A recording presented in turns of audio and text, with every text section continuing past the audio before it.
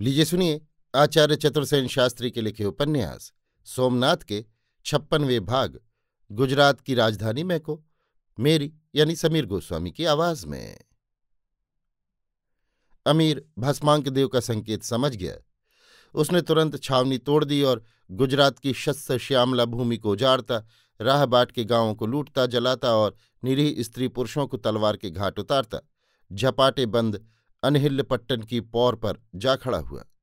सिद्धपुर को उसने बगल में छोड़ दिया। आबू चंद्रावती से भी कतरा गया। दुर्लभ देव ने उसके मार्ग में बाधा नहीं दी और विमल देव शाह भी जैसे कान में तेल डालकर सो गए। दुर्लभ देव की तैयारियों से भयभीत पड़ा हुआ अमीर आगे बढ़ने में हिचक रहा था। वो उसकी तैयारियों से आश्वासन पाने पर भी भयभीत हो रहा था। अब जैसे भस्मांक देव ने उसके दिल का कांटा ही निकाल दिया। दुर्लभ देव की अयाचित मैत्री और पाटन का निर्विरोध समर्पण उसके लिए दैवी वरदान बन गए। अब उसने एक क्षण भी खोना घातक समझा और वो ताबड़तोड़ कूच दर कूच करता चला गया। अमीर की अवाई सुनकर पाटन के तथाकथित थानेदार चंड शर्मा नगर के अवशिष्ट जनों का एक प्रतिनिधि मंडल बनाकर अमीर की सेवा में पहुंचे और अत्यंत अधीनताई जताकर कहा, पाटन में आपका अवरोध करने वाला एक भी पुरुष नहीं है, इसलिए आप नामदार से हमारी ये अर्जदाशत है कि हमें अपनी अनुगत प्रजा समझकर हमारी जान माल की रक्षा करें। नगर में लूट मार न हो, हम सब नगर निवासी आपकी शरण हैं। सुल्तान ये सुनकर प्रसन्न हो गया। वास्तव में गुजरात की जगत प्रसिद्ध ये समृद्ध राजधानी इस प्रकार निर्विरोध बिना प्रयास उसके हाथ लग जाएगी, इसकी उसने कल्पना भी नहीं की थी। उसे सब कुछ स्वप्नवत भान हो रहा था। वो नहीं चाहता था कि सोमनाथ पट्टन पहुंचने से पहले उसके एक भी योद्धा, एक भी घोड़े की क्षति पहुंचे। उसका ये दुर्धर्ष प्रभाव, रणचातुर्य तथा असीम धैर्य ही था कि वो नांदोल वन के विनाश को सहकर भी अपनी सेना को सुगठित कर सका। फिर भी वो अपनी उस क्षति को जानता था और अब उसे अपनी विजय में घोर संदेह था। इस समय यदि अकेला दुर्लभ देव ही सिद्धपुर में उसकी राह रोक लेता या विमलदेव शाह और भीमदेव की संयुक्त सेना अर्बुदगिरी में ही उससे मोर्चा लेती तो अमीर का निस्तार नहीं था। उसे गुजरात की ओर एक कदम उठाना मौत के मुंह में प्रविष्ट होना जान पड़ रहा था। इन सब कारणों से, इन सब अनागत भयों से मुक्त होने से अमीर के आनंद का पार न रहा। उसने नागरिकों की अर्जदाश्त स्वीकार की और खड़ी रकाब पाटन में प्रवेश कर दरबार गढ़ दखल कर अपने नाम का डंका बजवा दिया। फिर शुक्राने की नमाज पढ़ी, अपने नाम का अमल नगर में फेर कर नगर निवासियों का भयदान दिया और उन्हें तथा सेना को 3 दिन जश्न मनाने का हुक्म दिया। नगर निवासियों को मन की गहरी उदासी मन में छिपाकर घरों में रोशनी करनी पड़ी। अमीर के दरबार में हाजिरी बजाकर भेंट नजर देनी पड़ी। अमीर ने यद्यपि नगर को न लूटने की आज्ञा दे दी थी, पर विजयोन्मत्त पठान और तुर्क सिपाही जहां जो वस्तु पाते उठाकर ले जाते, उन्हें रोकने या उनसे दाम मांगने का साहस नगरजन नहीं कर सकते थे। सैनिक ये सुयोग पाकर नांदोल वन के सर्वनाश की यथासंभव क्षतिपूर्ति कर चाक चौबंद होने लगे। परंतु अमीर को जश्न मनाने का अवकाश न था। वो अत्यंत व्यस्त हो अपने जीवन की सबसे बड़ी मुहिम का सामना करने की तैयारी कर रहा था। उसका अदम्य उत्साह, असीम साहस और रण पांडित्य भी उसके मन से भय, शंका और दुविधा को दूर नहीं कर सके थे। उसने बार बार अपने सरदारों और सेनापतियों से गूढ़ परामर्श किए, कच्छ और प्रभास के चारों ओर फैले हुए अपने जासूसों को गुप्त आदेश भेजे। सब बातों पर विचार करके उसने इस समय अपने सैनिक और प्रतिनिधि पाटन में छोड़ना निरर्थक समझा। उसकी सारी ही सफलता अब सोमनाथ पट्टन की विजय पर निर्भर थी। सोमनाथ की विजय से समूचे गुजरात पर उसी की विजय थी। पाटन भी उसी के चरण तल में था। उसे सूचना मिल गई थी कि प्रभास में सारे कच्छ, गुजरात, काठियावाड़ की तलवारें उसके स्वागत के लिए तैयार हैं। इसलिए वो अब इधर उधर देख ही न सकता था। उसने एक ही ठान ठानी, पहले प्रभास और पीछे और कुछ। उसने पाटन में और समय व्यर्थ खोना ठीक नहीं समझा। उसे जो कुछ उपयोगी भेंट पाटन में मिली उसे ले चंड शर्मा को ही अपना प्रतिनिधि बनाकर और उन्हें ही नगर सौंप उसने तीसरे ही दिन सूर्योदय से पूर्व सोमनाथ पट्टन की ओर सवारी बढ़ाई। पाटन में एक भी म्लेच्छ नहीं रहा। चंड शर्मा और भस्मांक देव ने संतोष की सांस ली। अब वे इस दुर्धर्ष शत्रु का वापसी में सत्कार करने और नगर की कठिन से कठिन समय में रक्षा करने के सब संभव प्रयत्न करने में जुट गए। उन्होंने विमल देव शाह और दुर्लभ देव से अपने संबंध कायम किए। नगर के प्रत्येक घर को इस भांति सन्नद्ध किया कि आवश्यकता होने पर प्रत्येक घर एक दुर्ग का रूप धारण कर ले। इस प्रकार दुधारी मीठी तलवार की राजनीति पर दोनों ब्राह्मण अपनी योजना के ताने बाने बुनने लगे।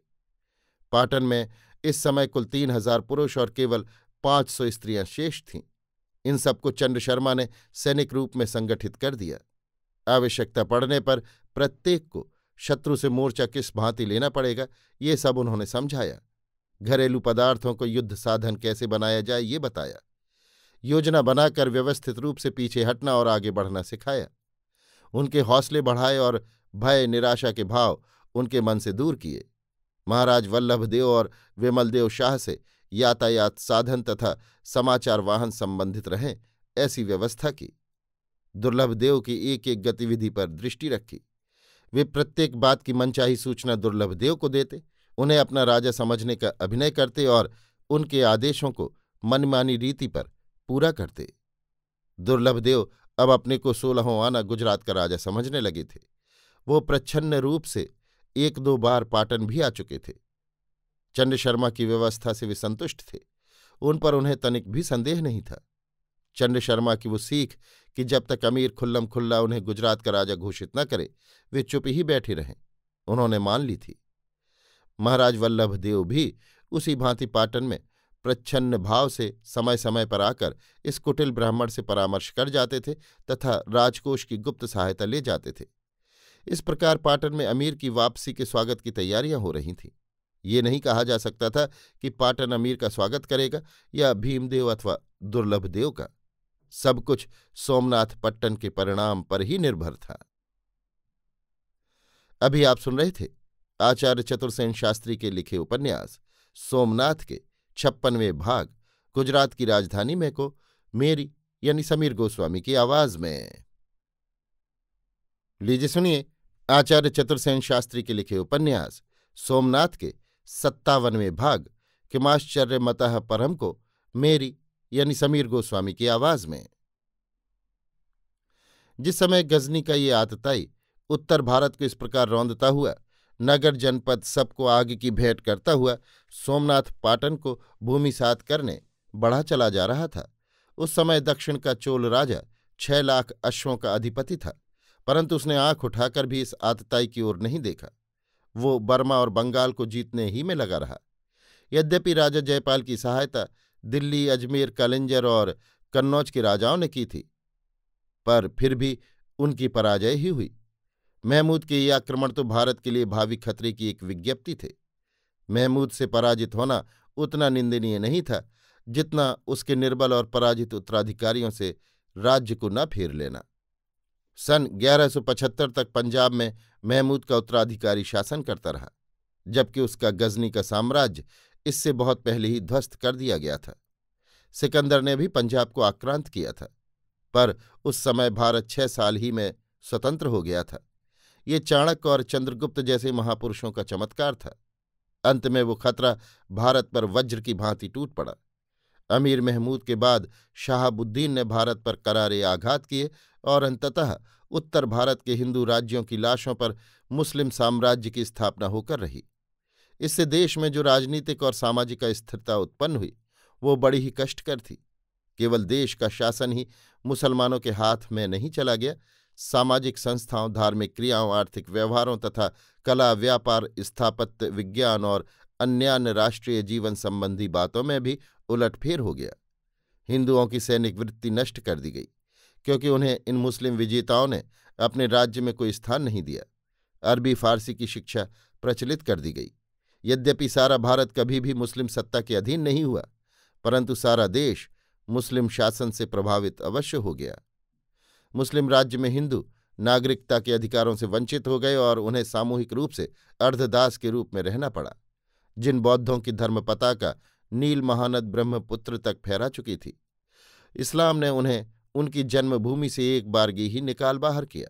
ब्राह्मणों के हाथ से राजनीति, शिक्षा और न्याय शासन छीन लिए गए और वे गर्वीले राजपूत जिन्होंने केसरिया बाना पहनकर आतताइयों से लोहा लिया, जिनकी बेटियां और वधुएं जौहर की आग में भस्म होकर छार हो गई, अपनी टूटी तलवारें फेंक हल जोतने लगे। नल बावड़ी की राह उसने कूच किया।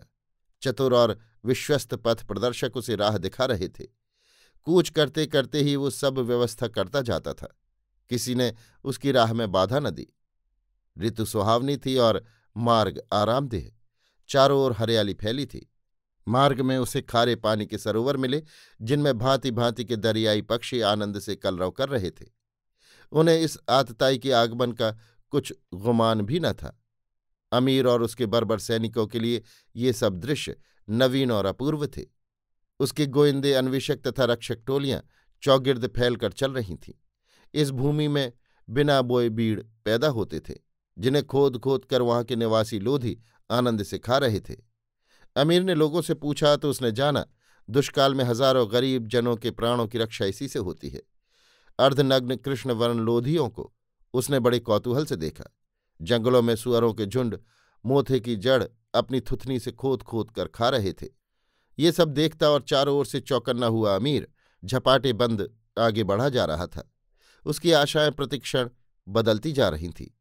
राजपूत राजाओं ने यद्यपि गुजरात और गुजरात की राजधानी के रक्षण का कोई प्रयत्न नहीं किया था, परंतु सोमनाथ के रक्षण के लिए उन्होंने अपनी पूरी सामर्थ्य लगा दी थी। अनेक छत्रधारी राजा, महाराजा, उमराव, राव, योद्धा, ठाकुर और मंडलेश्वर अपनी अपनी सामर्थ्य से सैन्य ले लेकर आए थे। सोरठ के छोटे मोटे सरदार, जमींदार तथा आसपास के प्रजापाल, भूपाल और जागीरदार बड़े उत्साह से तलवार बांधकर भगवान सोमनाथ के लिए अपना रक्तदान करने आए थे। सहस्त्रों कुलवधुओं, गुर्जर बालाओं ने अपने स्वर्ण रत्न आभरण उतारकर इस धर्म युद्ध में सहायता भेजी थी और अपने पति पुत्रों को उत्साहित करके युद्ध क्षेत्र में भेजा था। नंग धड़ंग भीमकाय उघाड़े पैर भटकने वाले कोली ठाकुर गणासी लेकर आए थे। गुजरात के वनों, उपत्यकाओं और ग्रामों में रहने वाले भील मोटे मोटे चांदी के कड़ों से सुशोभित हाथों में तीर कमान लेकर आए थे। सोरठ गुजरात के पहाड़ी इलाकों के कद्दावर और निर्भय काठी भी उपस्थित हुए थे। इस प्रकार अपनी ही अंतःप्रेरणा से गुजरात के 1,00,000 तरुण अपने अपने शस्त्र ले भगवान सोमनाथ के लिए रक्तदान देने अपने अपने दल बनाकर आए थे।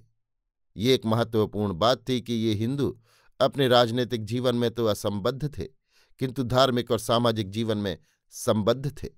इसी से जिस मुस्लिम शक्ति ने इतनी सरलता से हिंदुओं की राजशक्ति को धूल में मिला दिया, जिसके छूते ही हिंदू राज्य बिखरते चले गए, उसका समूचा बल भी हिंदू धर्म को ध्वस्त न कर सका।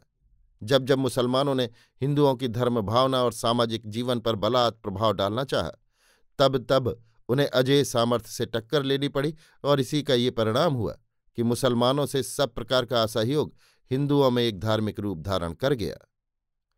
राजस्थान, सोरठ, गुजरात और आसपास के राजा महाराजा, छत्रधारी महीपति, ठाकुर, मंडलेश्वर जो अपनी अपनी सैन्य लेकर इस धर्मशत्रु से लोहा लेने धर्मक्षेत्र प्रभास में आकर एकत्र हो रहे थे, उनके हाथियों, घोड़ों और सैनिकों की धमाचौकड़ी, शोरगुल तथा शस्त्रों की झंझनाहट से प्रभास धर्मक्षेत्र मुखरित हो उठा। भीड़ भाड़ और धूमधाम इतनी बढ़ गई कि निवास और भोजन की नगर में अव्यवस्था हो गई। देलवाड़े का मार्ग आने वाले सैनिकों तथा रसद के भरे हुए सैकड़ों छकड़ों से पटा पड़ा था। जितना अधिक रसद, खाद्य सामग्री और शस्त्रास्त्र जुटाए जा सकते थे, जुटाने का प्रत्येक संभव उद्योग किया जा रहा था। युवराज भीमदेव ने अनहिल्य पट्टन खाली कराते समय ये व्यवस्था की थी कि लोग अपना माल मता लेकर तो सुरक्षित स्थानों में चले जाएं, किंतु अस्त्र शस्त्र सब राजधानी ही में छोड़ जाएं। वो सब अन्न भंडार और शस्त्रास्त्र चंड शर्मा ने अमीर के आने से प्रथम ही शीघ्रतापूर्वक प्रभास में भेज दिया था। उधर महाराज वल्लभदेव अब खंभात पहुंच गए थे और उन्होंने सूचित किया था कि 8 जहाज भरकर अन्न वहां से जलमार्ग द्वारा प्रभास को भेजा जा रहा है। युवराज भीमदेव बाणबली अपने कूट मंत्री दामोदर मेहता के साथ 18,000 सज्जित रणबांकुरे गुर्जर योद्धाओं को लेकर प्रभास आ पहुंचे थे। उनकी आवाज़ सुन आबाल वृद्ध हर्षोन्मत्त हो उच्च स्वर से अपनी अपनी अटारियों पर चढ़कर गुर्जर वीर का आगमन चाव से देखने लगे। आशा और उत्साह की एक अभूतपूर्व उमंग प्रभास में लहराने लगी। ज्यों ही घोड़ों की टापों से उड़ाई हुई धूल नगरजनों को दिखाई दी कि नगर और मंदिर में ढोल दमामे बज उठे। मंदिर के ऊंचे कंगूरों पर चढ़कर लोगों ने देखा गगन स्पर्शी धूल के समुद्र में शस्त्रों को चमकाते गुर्जर योद्धा धीर मंथर गति से आगे बढ़े आ रहे हैं। उनके शस्त्र सूर्य की किरणों में चमक रहे थे। निकट आने पर लोगों ने देखा बाणबली का गजराज अपने सेनापतियों, मंत्रियों और शरीर रक्षकों से घिरा हुआ छत्र चंवर सहित आगे बढ़ रहा है। उनकी सतेज श्यामल मुख छवि और गठीले शरीर तथा तेजस्वी आंखों में जो वीरत्व और पौरुष का आभास चमक रहा था, उसे देख हजारों कंठ एक बारगी ही हर्ष विह्वल होकर जय जय चिल्ला उठे। बाणबली का नगर में धूमधाम से स्वागत हुआ। नगरजनों ने राजपथ को ध्वजा पताकाओं से सजाया। गंग सर्वज्ञ ने पुकार कर कहा, धर्म के शत्रुओं का संहारक आ रहा है, उसका सब कोई यथोचित सत्कार करे। सर्वज्ञ ने सब प्रधान पौरजनों, सेठ साहूकारों, समागत धर्माधिकारी महीपतियों, ठाकुरों तथा नेताओं सहित नगर द्वार पर बाणबली का सत्कार किया। उन्होंने अक्षत, रोली, गंध एवं माला से वीर की अभ्यर्थना की। ज्यों ही बाणबली ने तोरण में प्रवेश किया, वैसे ही डंकों की गड़गड़ाहट ने उसका जय जय नाद किया। उस क्षण जैसे प्रभास का धर्मक्षेत्र वीर रस में डूब गया, जैसे साक्षात भगवान सोमनाथ शिवरूप तजकर रौद्र रूप में अवस्थित हो गए। अभी आप सुन रहे थे आचार्य चतुर्सेन शास्त्री के लिखे उपन्यास सोमनाथ के 57वें भाग किमाश्चर्यमतः परम को मेरी यानी समीर गोस्वामी की आवाज में। लीजिए सुनिए आचार्य चतुर्सेन शास्त्री के लिखे उपन्यास सोमनाथ के 58वें भाग अंतिम नृत्य को मेरी यानी समीर गोस्वामी की आवाज में। उसी दिन ज्योतिर्लिंग का 1 सहस्त्र घड़े गंगा जल से रुद्राभिषेक हुआ। 1 सहस्त्र घृत के दीप महालय में जलाए गए। 1 सहस्त्र शुभ्र माला और विल्व पत्र ज्योतिर्लिंग को समर्पित किए गए। देवार्चन के बाद रत्न मंडप में नृत्य हुआ। नृत्य केवल चौला ने ही किया। पहले ही दिन जब चौला ने कुमार भीमदेव को देखा था, तभी वो प्यार का घाव खा गई थी। भीमदेव की सलोनी मूर्ति को वो चुपचाप हृदय में रख प्यार की पीर को छिपाती रही। बाणबली आएंगे, इसकी वो प्रतिक्षण प्रतीक्षा ही कर रही थी। जब बाणबली की अवाई की धूम मची, तो वो सबकी दृष्टि बचाकर स्त्रियों के झुरमुट में सबसे पीछे खड़ी हो धड़कते हृदय से मंदिर के कोट के कंगूरे पर से नेत्रों की प्यास बुझा रही थी। उस श्याम सलोनी मूर्ति को राजगज पर देख उसके शरीर की एक एक बूंद नृत्य करने लगी। और अब जब वो देवता के सम्मुख नृत्य करने आई, तो उसकी सुषमा ही कुछ और थी। उसने आचूड़ शुभ्र श्रृंगार किया था। उस श्रृंगार में वो शरद पूर्णिमा की चांदनी की प्रतिमूर्ति सी लग रही थी। उसके कंठ और कटिप्रदेश में बड़े बड़े मोतियों की माला और मेखला थी। मस्तक पर उज्ज्वल हीरों से जड़ा मुकुट था। इन सब आभरणों में वो स्वयं हीरे की कनियों की एक दीप्तिवान राशि सी लग रही थी। उस दिन उसकी सम्मोहनी मुद्रा को देख उपस्थित राजा, महाराजा, छत्रधारी, ठाकुर, सरदार, सैनिक सब कोई मंत्रमुग्ध से हो गए। कोई वाह भी न कह सका। युवराज भीमदेव की भी ऐसी ही स्थिति थी। वे भी प्रथम दर्शन में ही उसकी मधुर मूर्ति को हृदय में धारण करके जो ले गए, सो आज उसे सम्मुख देख उन्होंने अपने नेत्रों का फल प्राप्त कर लिया। वे नेत्रों के द्वारा जैसे उस शोभा सुषमा, सुख और शोभा की अजस्त्र धारा को पीने लगे। उसी रसपान में वे आत्मविस्मृत हो गए।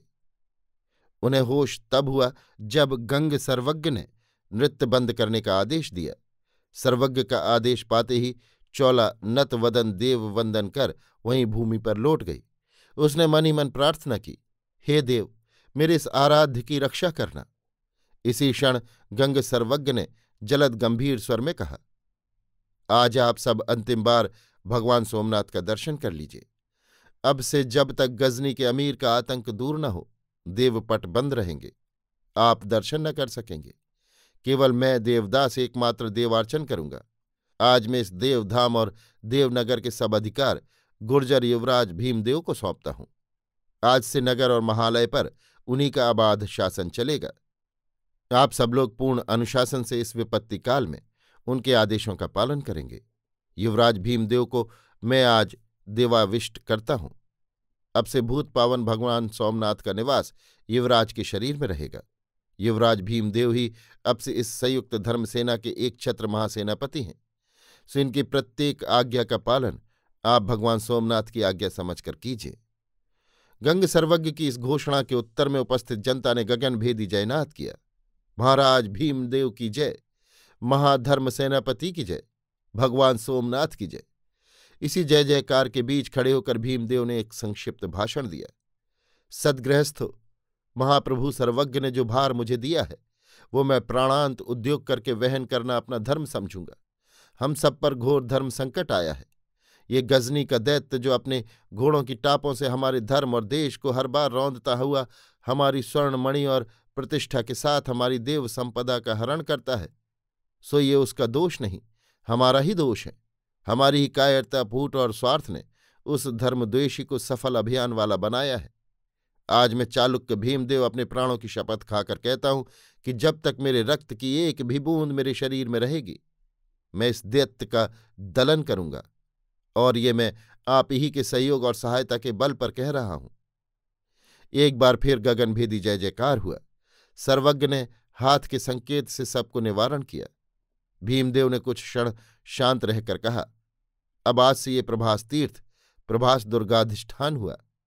सोमनाथ महालय और प्रभास पट्टन नगर दोनों ही की व्यवस्था सैनिक नियमों के आधार पर दुर्ग की भांति की जाएगी। मैं आशा करता हूं कि सोमनाथ महालय की रक्षा और सैनिक व्यवस्था के लिए जैसा आदेश आप लोगों को दिया जाएगा उसे आप ही यथावत मान्य करके हमारी शक्ति की वृद्धि करेंगे। हमारी सबसे पहली आज्ञा है कि भगवान सोमनाथ की रक्षा के लिए रक्तदान देने की सामर्थ्य जिस तरुण में हो वही शस्त्र धारण करके प्रभास दुर्गाधिष्ठान में रहे। जो कोई समय समय पर दिए गए आदेशों का उल्लंघन करेगा वो प्राणदंड का भोग भोगेगा। अब आप सबको इस शांत भाव से अपने अपने आवास को चले जाएं। इस बार जनता ने जयनाद नहीं किया। सब लोग गंभीर मुद्रा से उठकर चुपचाप चले गए। मंदिर का जनाकीर्ण रत्न मंडप देखते देखते जनशून्य हो गया। अभी आप सुन रहे थे आचार्य चतुर्सेन शास्त्री के लिखे उपन्यास सोमनाथ के 58वें भाग अंतिम नृत्य को मेरी यानी समीर गोस्वामी की आवाज में। लीजिए सुनिए आचार्य चतुर्सेन शास्त्री के लिखे उपन्यास सोमनाथ के 59वें भाग धर्मसूत्र को मेरी यानी समीर गोस्वामी की आवाज में। सभा मंडप में रह गए गंग सर्वज्ञ, जो इस समय शांत निर्वाक निश्चल समाधिस्थ निमीलित नेत्र बैठे थे, और रह गए बाणबली भीमदेव, जो वीरासन से उनके सम्मुख बैठे थे। चौला गंग सर्वज्ञ के चरण तल में बैठी रह गई। गंगा गर्भद्वार के बीचों बीच प्रस्तर मूर्ति सी खड़ी थी। रत्नमंडप में ये चारों ही प्राणी उस समय निर्वाक निस्पंद मूक मौन कुछ क्षण बैठे रहे। कुछ देर में सर्वज्ञ ने निमीलित नेत्र खोले। व्याघ्र चर्म से वे उठ खड़े हुए। उन्होंने भीमदेव से मंद स्वर में कहा, आपुत्र, और वे उन्हें गर्भगृह में ले गए। भीमदेव ने चुपचाप उनका अनुसरण किया। उनके पीछे चौला ने। गंगा ने उन्हें मार्ग दिया। पीछे वो भी गर्भगृह में चली गई। सर्वज्ञ ने पीछे लौटकर कहा, गंगा, तू गगन राशि को यहीं ले आ और फिर गर्भगृह का द्वार बंद कर दे। गंगा ने ऐसा ही किया। ठीक ज्योतिर्लिंग के नीचे एक व्यासासन पर सर्वज्ञ बैठे। उन्होंने सम्मुख भीमदेव को बैठने का आदेश दिया। चौला निस्पंद खड़ी रही। सर्वज्ञ फिर समाधिस्थ हो गए। इसी प्रकार 2 घड़ी समय बीत गया। सर्वज्ञ ने प्रकृतिस्थ हो नेत्र खोले। उनके होठों पर हास्य की एक रेखा आई। उन्होंने मृदु स्वर में कहा, केवल इस गर्भगृह और देवता पर तेरा अधिकार नहीं रहेगा महासेनापति। यहां केवल मैं देवनिमित्त रहूंगा। इस क्षण जो गर्भगृह के द्वार बंद हुए सो ऐसे ही रहेंगे। भीमदेव ने बद्धांजलि कहा, गुरुदेव, देवरक्षण तो करना होगा। नहीं, तुम केवल देवस्थान की रक्षा करो पुत्र। देवरक्षा भी होनी चाहिए। देवता तो नित्य रक्षित हैं पुत्र। फिर भी सुरक्षा के विचार से देवता का स्थानांतरित होना आवश्यक है।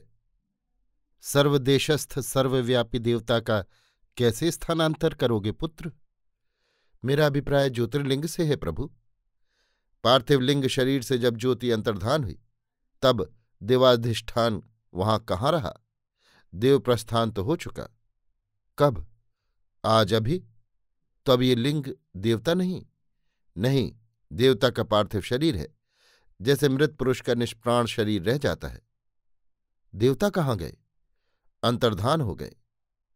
किस लिए? धर्मद्वेषी शत्रु के विनाश के लिए। कहाँ? किसी पुण्य शरीर में। किस प्रकार? तेरे ही शरीर में देव का वास हुआ है पुत्र। तू अब शिवरूप है। जा, देवद्वेषी का संहार कर। किंतु लिंग शरीर? वो अचल है, यहीं रहेगा। यदि मिलेच्छ उसकी मर्यादा भंग करे तो? उसका रक्षक मैं हूं, मैं अपना कर्तव्य पालन करूंगा। लेकिन आप यहां न रह सकेंगे। भली भांति रह सकूंगा, गंग सर्वज्ञ ने हंसकर कहा। मां सेनापति क्या देव सेवक पर भी अनुशासन चलाएंगे? भीमदेव भी हंस दिए। उन्होंने कहा, क्यों नहीं, अब तो ये शरीर देवाधिष्ठित हो गया। अब ये आपका चिरकिंकर भीमदेव नहीं, देवाधिदेव महादेव बोल रहे हैं। तो देव ये जानते हैं कि ऐसी स्थिति में देवता के इस पार्थिव शरीर की रक्षा के संबंध में मेरा क्या कर्तव्य है? तुम सेनापति इतना भी नहीं जानते कि नगण्य पुरुष का भी निष्प्राण शरीर जीवित शरीर की अपेक्षा अधिक सम्माननीय होता है। फिर यह तो देवता का लिंग शरीर है। किंतु प्रभु, उसने अनेक देव स्थानों को भंग किया है, अनेक देव मूर्तियों को अपमानित किया है। तो पुत्र, उसका ये अपना पुण्य पाप निष्ठा और आचार है। इसका लेखा जोखा हम कहाँ तक करेंगे? तब हमें क्या करना होगा? केवल कर्तव्य पालन। किसके प्रति? तुम्हारा देवस्थान के प्रति। तुम प्राण रहते इसकी रक्षा करो। और मेरा देवलिंग के प्रति? प्राण रहते मैं इसकी प्रतिष्ठा रखूंगा। इसके बाद? इसके बाद जो देवेच्छा। किंतु नहीं पुत्र, देवेच्छा में किंतु परंतु नहीं। तो लिंग शरीर यहीं रहेगा। निश्चय। और आप? जहां देवमूर्ति वहां देवसेवक। यदि देव विपाक से मिलेच्छा में पराभूत करें तो ये भी देवेच्छा। तब हम जैसे अब तैसे तब प्राणांत अपना कर्तव्य पालन करेंगे। जैसी प्रभु की आज्ञा। गंग नेत्र बंद कर समाधिस्थ हो गए। इसी समय गगन को संग ले गंगा गर्भगृह में आई। सर्वज्ञ ने नेत्र खोले। उन्होंने देखा गगन ने सम्मुख आ साष्टांग दंडवत किया। गगन, सर्वज्ञ ने अकंपित वाणी से कहा। गगन बद्धांजलि सर्वज्ञ के सम्मुख बैठा। सर्वज्ञ ने कहा, मैं आज इसी क्षण तेरा पट्टाभिषेक करता हूं। और उन्होंने देवस्नात गंगोदक की धार उसके मस्तक पर डालकर उसका अभिषेक किया। बड़ी देर तक वे मंत्रोच्चारण करते रहे। फिर उन्होंने लकुलेश देव की पादुका और लिंग उसे सौंपकर कहा, गगन, अब तू अभी इसी क्षण भरुकच्छ को प्रस्थान कर। अब से तू ही पाशुपत आमनाय का अधिष्ठाता है। देवता और सेनापति के सम्मुख मैंने तेरा ये पट्टाभिषेक किया। फिर कुछ ठहरकर उन्होंने भीमदेव की ओर देखा और कहा, तुम पाशुपात आमनाय के अधिष्ठाता के संरक्षक और साक्षी हो वत्स। हाँ महाराज, भीमदेव ने बद्धांजलि कहा। और चौला तू भी? चौला ने ये सुनकर हाथ जोड़े। गंगा ने कहा, मैं नहीं प्रभु। नहीं। गंग ने फिर नेत्र बंद कर लिए। गगन को विदा करने का संकेत कर गंग ने भी नेत्र पहुंचे और कहा, जा पुत्र, शुभास्ते पंथानः इसी ओह। गगन भूप्रणिपात कर आंसू बहाते बहुत देर तक सर्वज्ञ के चरणों में पड़े रहे। इसके बाद फिर गंग सर्वज्ञ बहुत देर तक नेत्र बंद किए निश्चल निर्वाक बैठे रहे। फिर उन्होंने मंद स्वर से भीमदेव से कहा, अब पुत्र कह, तूने क्या योजना स्थिर की है? प्रभु, राजधानी का संपूर्ण अस्त्र और अन्न भंडार प्रभास में आ गया है। महाराज वल्लभदेव खंभात पहुंच गए हैं। वे यथासाध्य अन्न और शस्त्र एवं सैनिक वहां से भेजने की व्यवस्था कर रहे हैं। 8 भारवाहक और 3 यात्री जहाज़ों की व्यवस्था हमारे पास है। अब हमें प्रभास से अनावश्यक स्त्री पुरुषों को सुरक्षित खंभात में पहुंचा देना है। सो उसकी व्यवस्था में मेहता संलग्न है। वे पहले वणिक व्यापारियों को उनके धन और माल मता सहित कल प्रातःकाल रवाना कर देंगे। वापसी में वही यान उधर से आवश्यक सामग्री ले आएंगे। पीछे स्त्री, बालक, वृद्ध और अनावश्यक व्यक्ति भी भेज दिए जाएंगे। संभवतः परसों तक इस निष्कासन और सैनिक सन्निवेश की प्रस्थापना हो जाएगी। साधु, किंतु मंदिर का धनरत्न भी तो सुरक्षित होना चाहिए। वो संपूर्ण रूपेण संभव नहीं है, परंतु आंशिक रूप से जो जो ले जाने योग्य है उसे यथास्थान ले जाओ। ये कहते कहते गंग सर्वज्ञ गहरी चिंता में मग्न हो गए। भीमदेव भी कुछ सोचने लगे। किंतु महालय की स्त्रियां? एक छिपी दृष्टि चौला पर डालते हुए भीमदेव ने कहा, चौला अभी तक निश्चल भाव से सारा वार्तालाप सुन रही थी। अब सांस रोककर भीमदेव के उत्तर की प्रतीक्षा करने लगी। सर्वज्ञ ने कहा, उन्हें भी खंभात ले जाना होगा पुत्र। फिर उन्होंने गंगा की ओर देखकर कहा, गंगा, ये व्यवस्था तू कर। किंतु गंगा का स्थान तो यही है प्रभु। गंगा अभी तक एक खंभे के सहारे खड़ी सारा वार्तालाप सुन रही थी। अब उसने स्थिर कंठ से ये शब्द कहे और आगे बढ़कर गंग सर्वज्ञ के दोनों चरण गोद में लेकर उन पर अपने होठ स्थापित कर दिए। बड़ी देर तक सन्नाटा छाया रहा। धीरे धीरे प्रकृतिस्थ होकर सर्वज्ञ ने गंगा के सिर पर हाथ रखकर कहा, गंगा, ये तू क्या कर रही है? सावधान हो। मैं सावधान हूं। आपका स्थान देवता के चरणों में है तो मेरा स्थान आपके चरणों में। आप देवता के सेवक हैं और मैं आपकी किंकरी हूं। अब मैं इस काल कौन सी लाज करूं? बहुत हुआ, जन्म भर जलती रही। अब मेरी सद्गति का समय सन्निकट है, सो मैं अब उस सुयोग को छोड़ूंगी नहीं। गंग निरुत्तर हुए। उनके होठों पर हास्य और आंखों में जल फैल गया। उन्होंने कहा, गंगा, मैं तेरी किसी भी इच्छा में बाधक नहीं होऊंगा। जैसा तू चाहे वही कर। बड़ी देर तक सर्वज्ञ निस्पंद बैठे रहे। उनकी कूटस्थ दृष्टि देर तक अतीत के चित्रों को देखती रही और गंगा अपनी आंखों से अविरल अश्रु बहाती रही। युवराज भीमदेव की आंखें भी सजल हुईं। हल्की सिसकी सुनकर भीमदेव और सर्वज्ञ दोनों ही ने आंखें उठाकर देखा। एक खंभे से चिपकी चौला सिसक सिसक कर रो रही थी। एक प्रश्न भीमदेव के होठों पर आया, परंतु वाणी जड़ हो गई। उनके नेत्र भी इधर उधर डोलायमान होकर पृथ्वी पर झुक गए।